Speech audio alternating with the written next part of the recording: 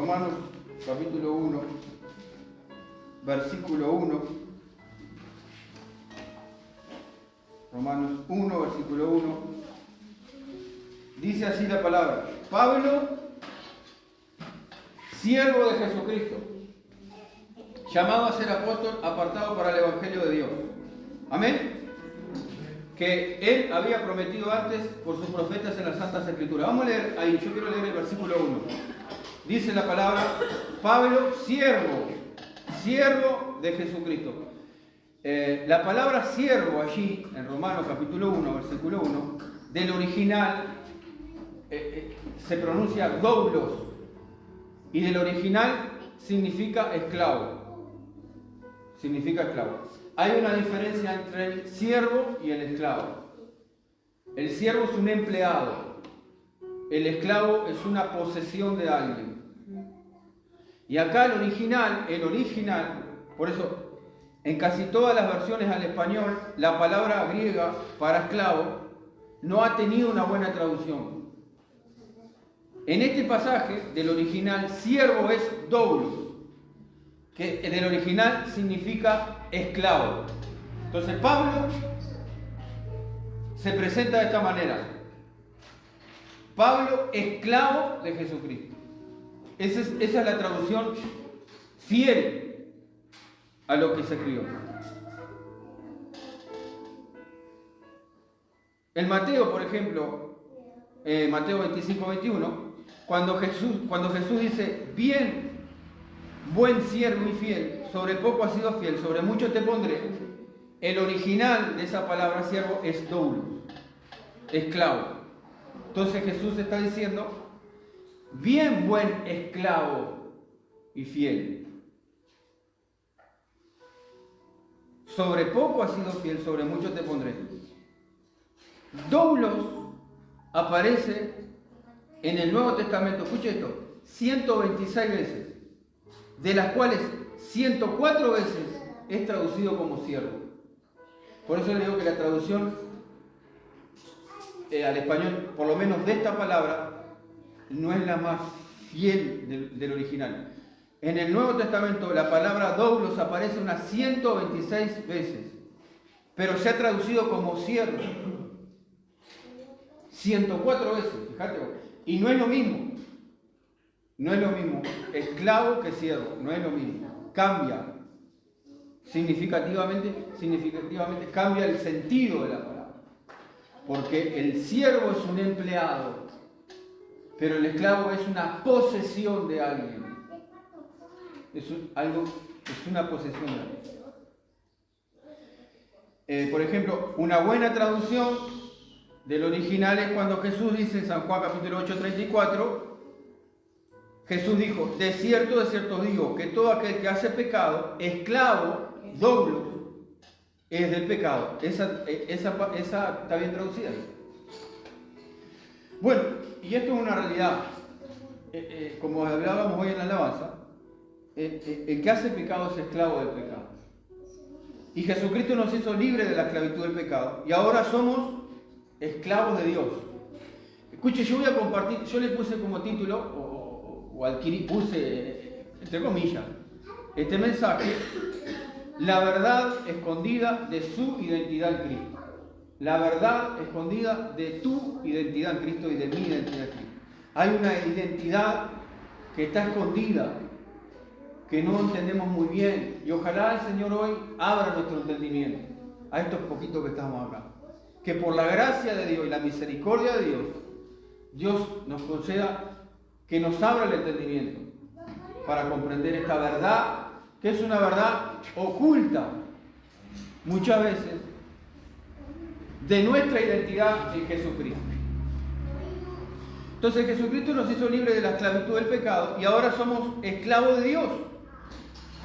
En Romanos capítulo 6, versículo 22 dice: mas ahora habéis sido libertados del pecado y hechos siervos, doulos. Fíjense ahí. Menos mal que Daniel anda de vuelo. El pecado y hechos siervos. La palabra siervos es esclavo. O sea que antes éramos esclavos del pecado, servíamos el pecado era nuestro dueño, nuestro amo, Y Jesucristo nos libertó, pero no para que nosotros hagamos lo que queramos. Ahora somos doulos de Dios. Dice este pasaje: mas ahora habéis sido libertados del pecado y hechos siervos, o doulos, o esclavos, mejor dicho, la traducción. Tenéis por vuestro fruto la santificación y como fin la vida eterna. O sea que el proceso, después de que Jesús nos libertó del pecado, es la santificación. O sea, Dios está produciendo en su iglesia y en sus hijos un proceso de santificación y el fin es la vida eterna. Ahí tenés, si vos querés saber la voluntad de Dios, bueno, ahí está bien claro. Entonces, nosotros somos posesión de Dios. La palabra de Dios dice que somos pueblo adquirido por Dios, comprado. Antes teníamos un amo, ahora tenemos otro amo. Pero ninguna persona está libre de algún amo, de algún señor, de algún dueño. O nuestro dueño estamos esclavos del pecado, o nuestro dueño es Jesucristo. No hay término medio. Colosenses capítulo 1, versículo 12 dice: Dios nos ha librado de la potestad de la tiniebla y trasladado al reino de su Hijo amado, en quien tenemos redención por su sangre, el perdón de pecado. La palabra redención quiere decir liberar con el pago de un rescate, y se empleaba esta palabra en las transacciones cuando se liberaba a un esclavo. Fíjese qué tremendo este mensaje, hermano. No es mío, el mensaje de la Biblia. Dice que nosotros fuimos rescatados. Otra palabra que se usa es redimidos. ¿Escucharon esa palabra? Fuimos redimidos.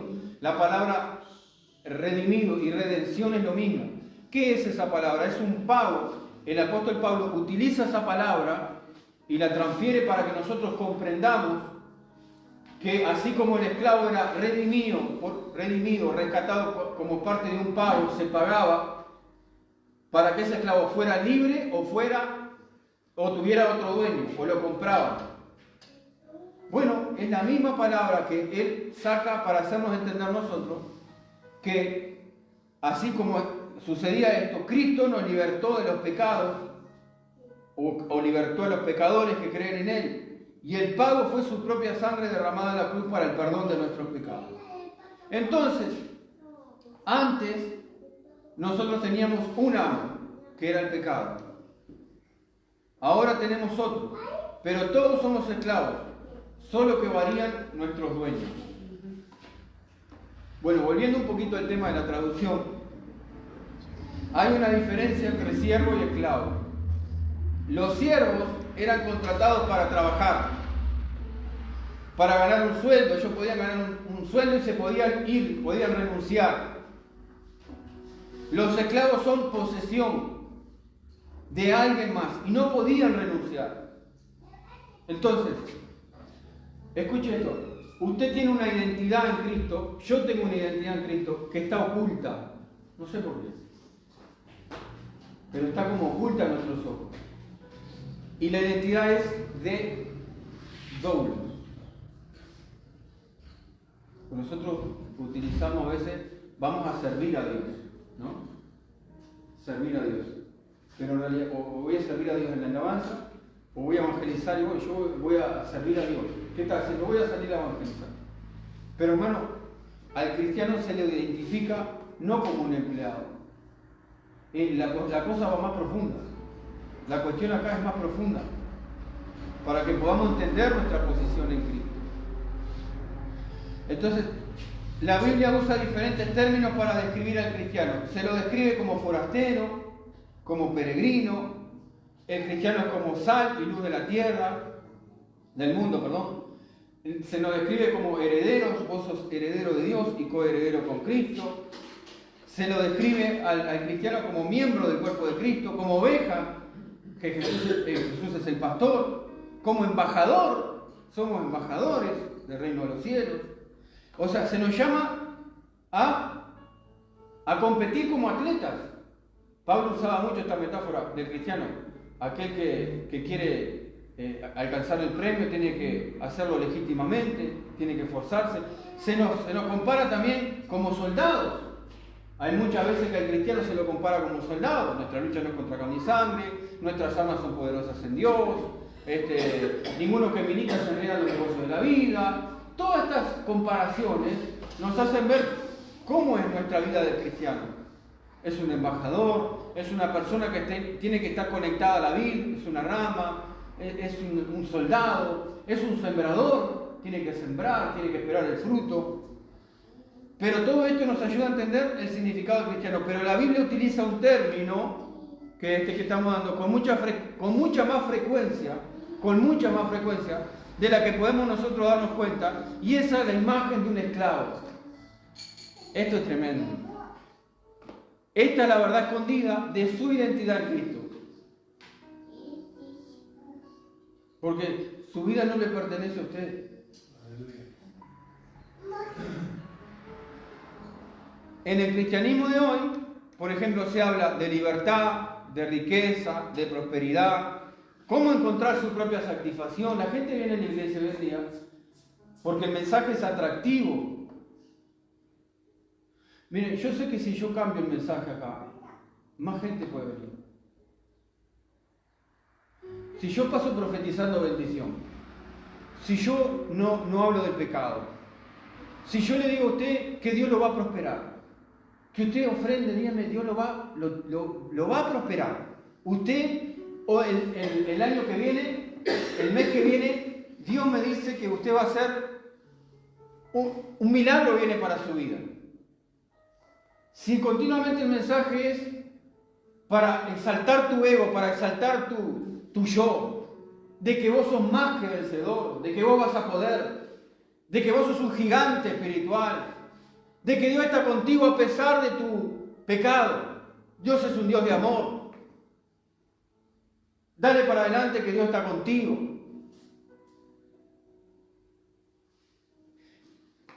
Que vos tenés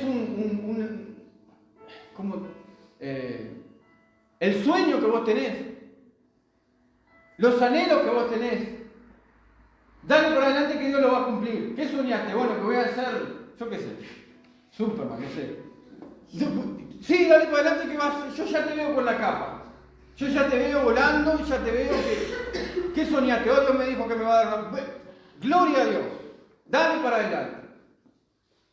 Entonces, yo sí hago un mensaje totalmente positivo, que te exalte a vos, que sea emocional, que en vez de tocar tu corazón, tu mente, y llevarte a la santificación, porque hemos visto en este pasaje anterior que lo que Dios quiere es santificarnos en la vida.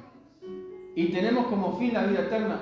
Tu bendición mayor no está en lo que vos puedas darte acá en el mundo, o puedas adquirir, o los bienes que tengas. La posesión del cristiano está en la vida eterna, en los cielos, en lo que la herencia que está guardada por el poder de Dios. Dios tiene algo contigo. Entonces, el mensaje de hoy es este: riqueza, prosperidad, cómo encontrar tu propia satisfacción, cómo cumplir tu propio sueño. Ese es el mensaje general hoy. Pero todo esto menos la imagen del cristiano como un esclavo. ¿Vos te pensás que acá se va a llenar de gente? Cuando uno predica que el propósito tuyo es que vos niegues tu propia vida totalmente y se la entregas a Cristo. Que vos ya no tenés autoridad sobre tu vida.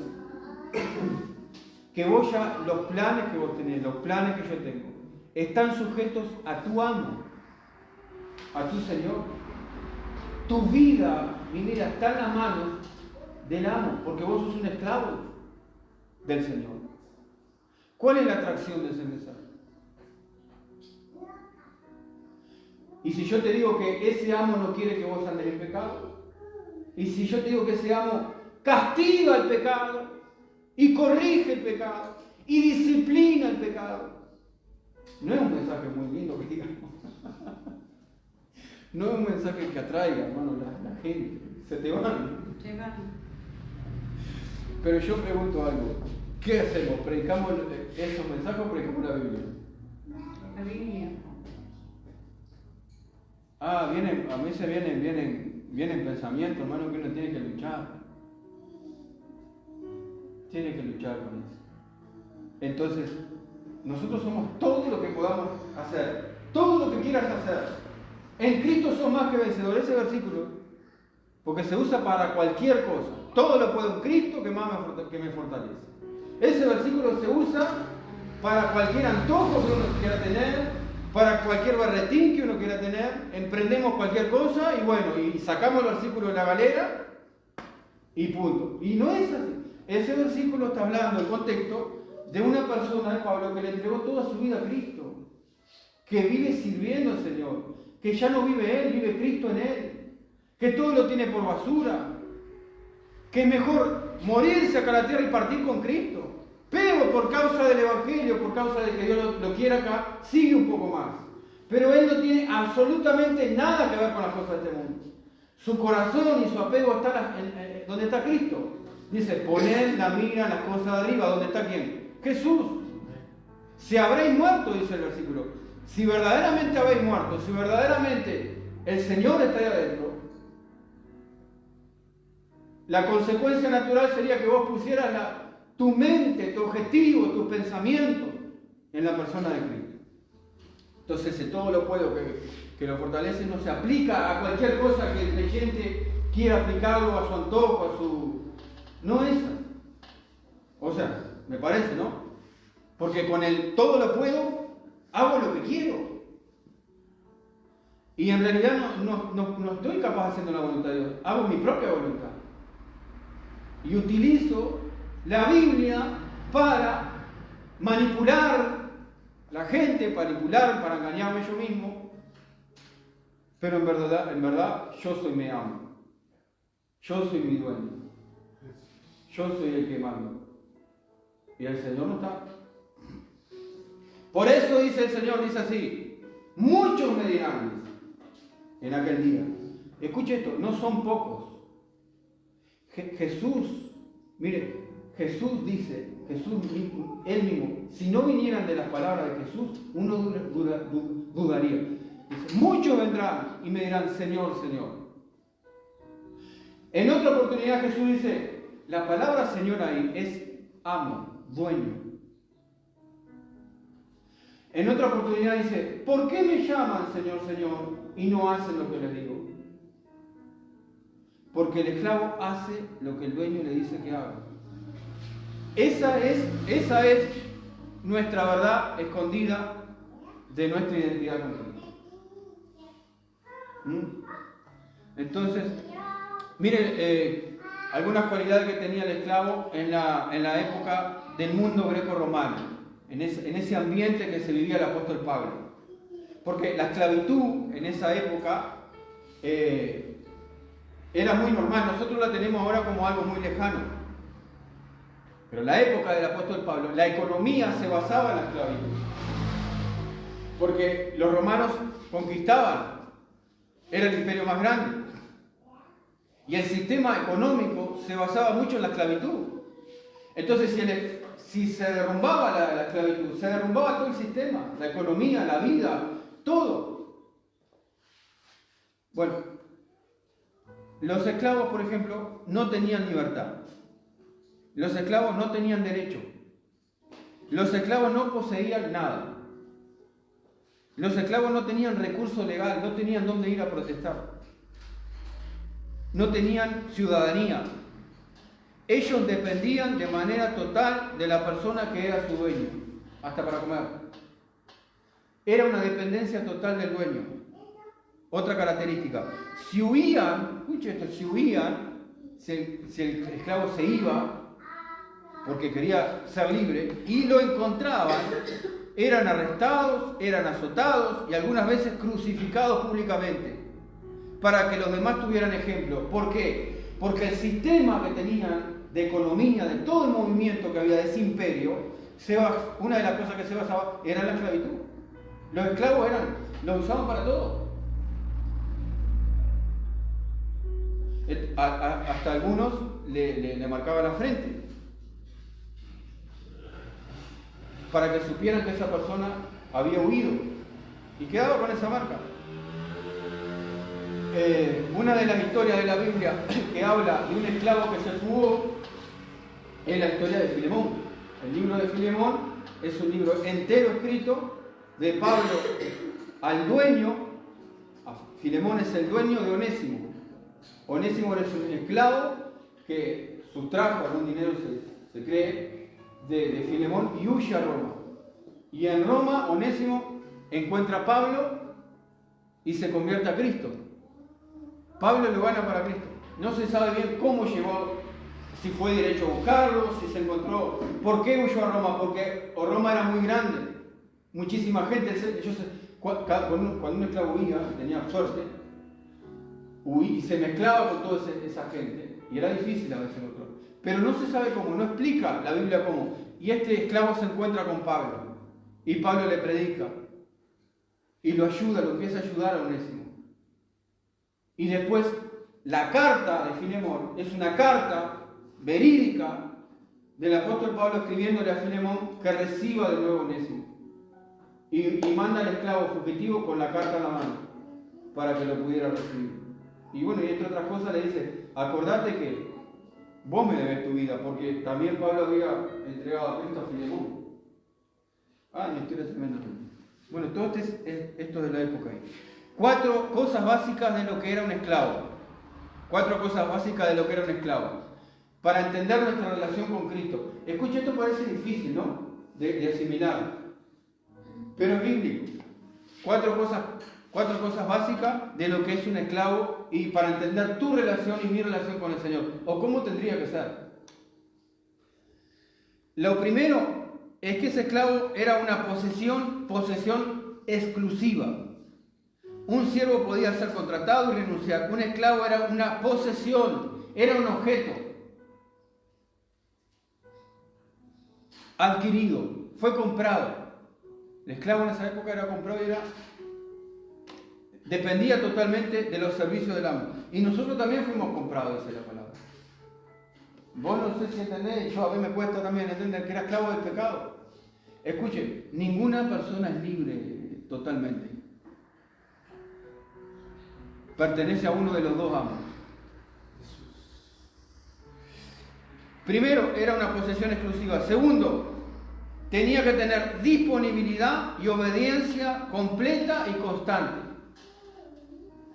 Eso era lo que tenía que tener el esclavo para su amo. ¿Qué tenía que tener? Disponibilidad. Tenía que estar disponible y en obediencia completa, no a medias. Completa y constante. Qué tremendo. Yo me pregunto, cuando el Señor nos manda a hacer algo, o cuando el Señor te manda a hacer algo, tu disponibilidad es completa y constante. Tú estás disponible. Mire, hermano, el cristiano no está ni siquiera disponible para orar. ¿Cómo vamos a llegar a esta altura? Yo digo, solo la gracia de Dios. Solo la gracia de Dios. Pregunto, ¿vos estás disponible en una obediencia completa y constante? Mire la altura de esto. Tercero, el esclavo estaba sujeto a una voluntad que no era la suya. El esclavo no podía ser, a ver, viene el amo, no es un siervo, es un esclavo. No es un empleado que vos te enojás porque te habla mal el patrón y me voy, que no sé qué, no. Escuchá, la vida de ese esclavo estaba en las manos del amo. Y el amo podía hacer lo que quisiera. Lo quería matar porque era un objeto, le pertenecía a él. Y hay amos que eran buenos, con más misericordia, y otros no. Y acá, toda la voluntad del esclavo no era de él mismo, dependía de la voluntad del amo. Como Jesús decía, ¿no? Jesús mismo dice, no se haga mi voluntad, sino la tuya. Y la oración del Padre Nuestro, creo que es así también. Padre nuestro que estás en los cielos, santificado sea tu nombre, hágase tu voluntad. Entonces, la voluntad del creyente tendría que ser sujeta a la voluntad del Señor. Lo que tú quieras, Señor. Ya no soy yo dueño de mi vida. Seguimos otro punto. La cuarta cosa que era un esclavo era que toda disciplina, recompensa venía de su amo. Todo venía de su amo, la disciplina y la recompensa.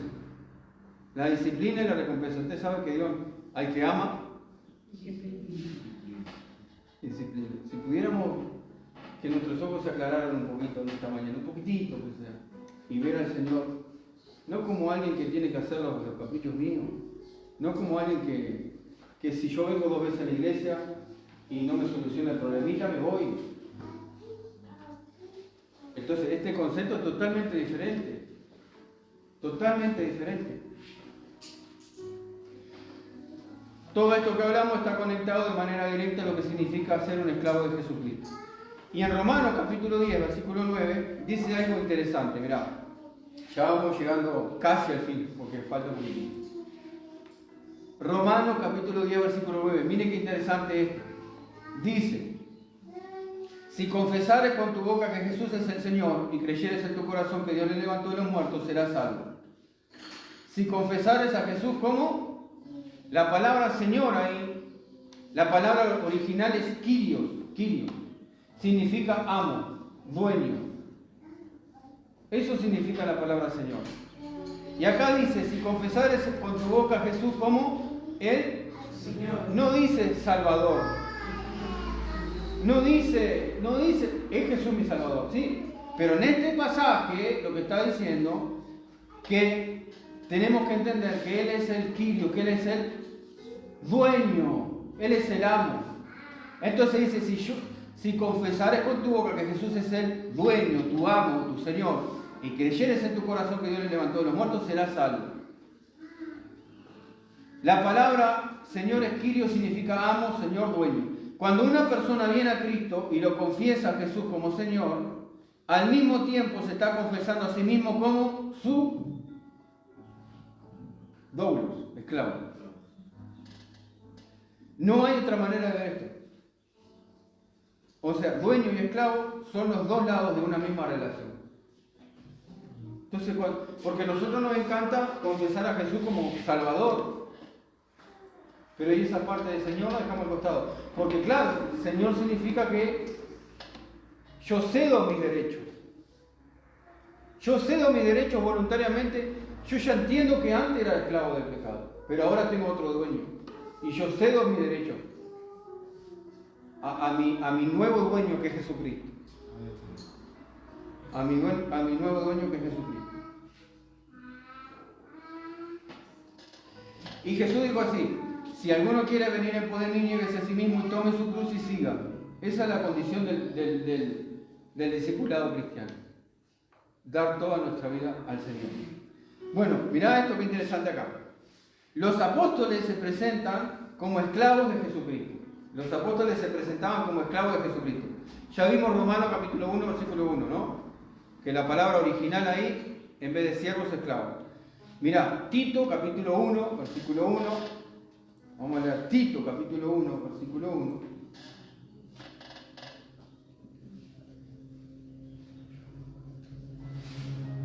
Pablo, doulos. Esa traducción está mal ahí. Del original es esclavo. Pablo, esclavo de Dios y apóstol de Jesucristo. Santiago 1.1. Por eso es bueno traer la Biblia. Santiago 1.1. De nuevo, Santiago, siervo, el original es esclavo. Santiago, esclavo de Dios y del Señor Jesucristo. Este es el medio hermano de Jesús. Él no se presenta, no, yo soy el gran hermano de Jesús. Él se presenta como esclavo del Señor. Miren la presentación de los apóstoles. Segunda de Pedro 1.1.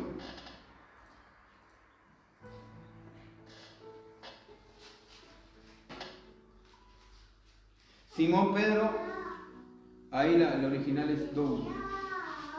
Esclavo y apóstol de Jesucristo. Esclavo, la palabra apóstol es enviado. Hoy se sobreestima esa palabra y se desvirtúa muchísimo, pero enviados de Jesucristo, o sea que Jesucristo mismo los comisionó, los eligió. Cuando dice apóstol de Jesucristo, lo que está hablando son de los 12 apóstoles, que personalmente Jesús los comisionó. esclavos de Jesucristo. Pero estos acá no se presentan a ellos como grandes siervos de Dios, como personas que tienen... Se presentan como esclavos. Judas también. Judas capítulo 1, versículo... Bueno, tiene un capítulo solo Judas. Judas 1. Judas, esclavo de Jesucristo y hermano de Jacob, a los llamados santificados en Dios Padre y guardados en Jesucristo. Bueno, y miren qué interesante, ya vamos terminando. Segunda de Timoteo, capítulo 2, versículo 24.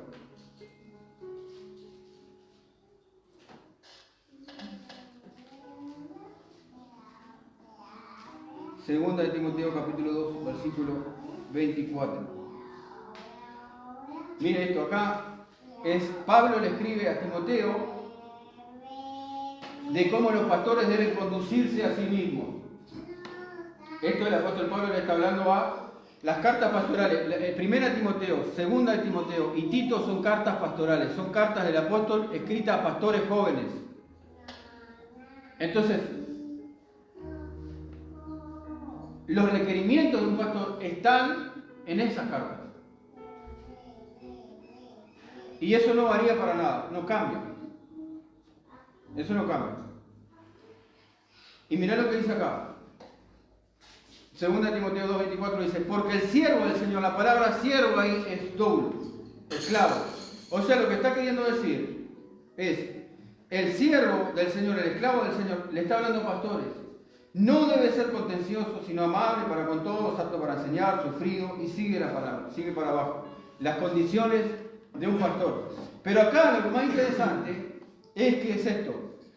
Los que guían y enseñan a la iglesia son identificados como, no como siervos, no como empleados, sino como esclavos. ¿Me están escuchando esto? Son esclavos. Acá dice 2 Timoteo 2:24, porque el siervo, el esclavo del Señor, le está hablando a pastores. No debe ser contencioso. Entonces, los que guían y enseñan a la iglesia son identificados como esclavos, no como señores. Yo estaba mirando ahora unos videos. Hermano, estaba mirando unos videos ayer de unos pastores, hermanos, multimillonarios, ¿no? Que a mí se me llueve el techo de la casa. Y digo, pero, qué contraste, ¿no? Pero hermanos, billones. Usted sabe que el pastor más, creo capaz que Cristian sabe, porque tiene más, capaz que es este pastor de Para Sufrir, ¿cómo se llama? Macedo. Se dice que él es el pastor más rico. Billones, no tiene millones, tiene las cifras. Bueno, tiene el templo de Salomón, estaba mirando, una locura total, hermano, una locura total.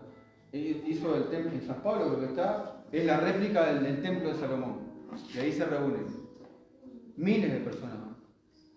Pero el patrimonio que tiene este hombre es incalculable.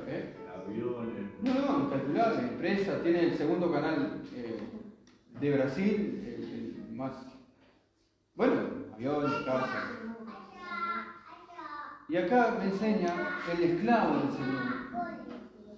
No debe ser contencioso, pero lo describe como un esclavo.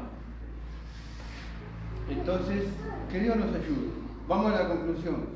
Un esclavo podía tener cierto estatus, tampoco es todo negativo, porque habían diferentes estados de esclavitud en esta época. Y habían esclavos que se les reconocía.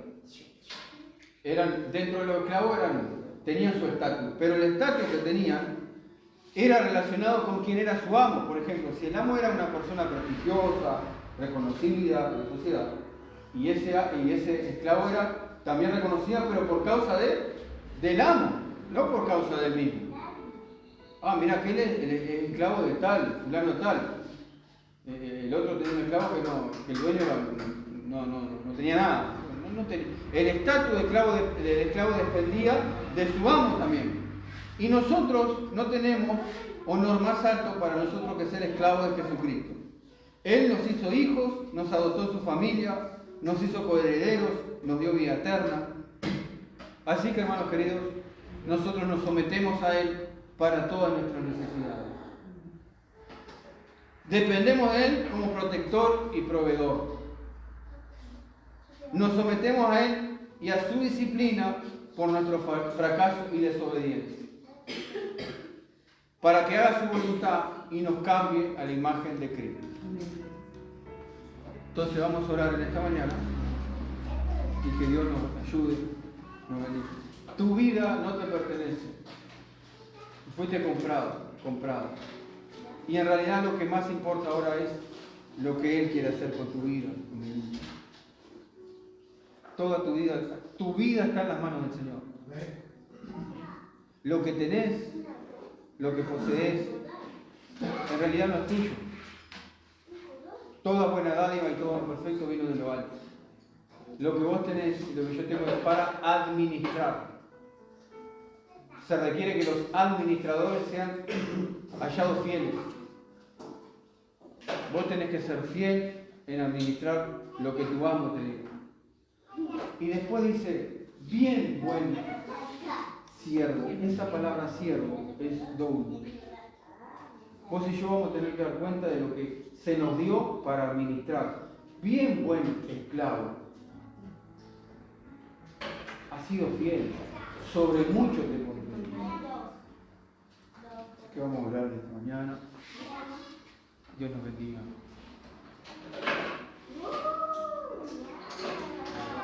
Ponemos de pie, ¿sí? Orar. Padre, te damos gracias, Señor, por ayudarnos a ver algo que tal vez no veíamos con tanta claridad, Señor. Somos esclavos, Señor, sacados de la esclavitud del pecado, del infierno, de la muerte, Señor. Fuimos comprados, Señor, de esa esclavitud, Señor. Y queremos darte gracias, Señor. Queremos, Señor, declararte como nuestro amo, como nuestro Señor. Bendito Jesucristo, ayúdanos. Creemos que tú vas a proveer todo lo que necesitamos, Señor.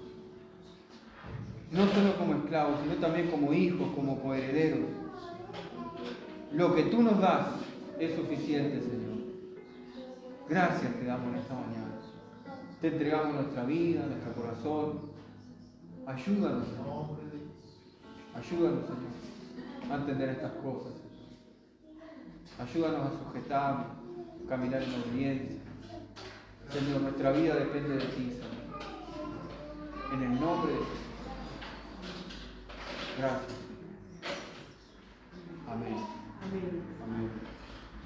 Esta palabra, hermano, no es algo, no es un evento. Esta palabra es un proceso. Esta palabra es un proceso. Que vos te puedas ir meditando en estas cosas. No es lo que yo te digo, meditando en la palabra de Dios.